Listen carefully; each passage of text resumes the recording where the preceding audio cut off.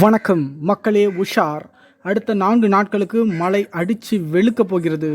எந்தெந்த மாவட்டங்களுக்கு? வானிலை ஆய்வு மையம் அதிர்ச்சி ரிப்போர்ட். முழு விவரம் தெரிஞ்சுக்கிறதுக்கு வீடியோ கொஞ்சம் கூட மிஸ் பண்ணாமல் ஃபுல்லாக பாருங்கள்.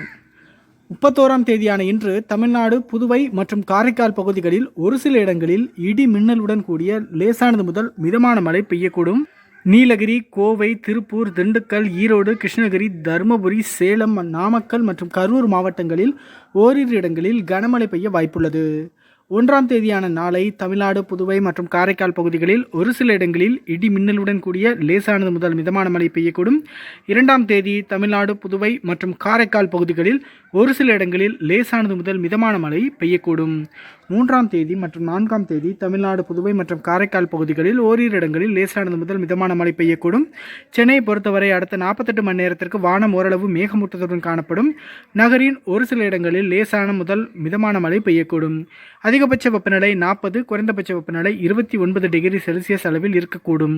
31ஆம் தேதி தென்கிழக்கு அரபிக்கடல், லட்சத்தீவு, கேரளா மற்றும் அதனை ஒட்டிய குமரிக்கடல், தென் தமிழக கடலோர பகுதிகள் மற்றும் மன்னார் வளைகுடா பகுதிகளில் சூறாவளி காற்று மணிக்கு 40 முதல் 50 கிலோமீட்டர் வேகத்தில் வீசக்கூடும். மாலத்தீவு பகுதிகளில் பலத்த காற்று தென்மேற்கு திசையிலிருந்து மணிக்கு 40 முதல் 50 கிலோமீட்டர் வேகத்தில் வீசக்கூடும்.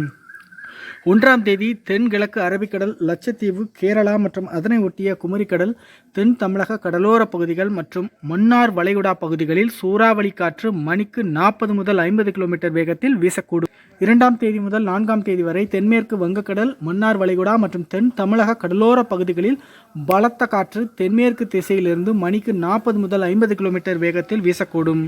இந்த நாட்களில் மீனவர்கள் இப்பகுதிகளுக்கு செல்ல வேண்டாம் என்று தெரிவிக்கப்பட்டுள்ளது.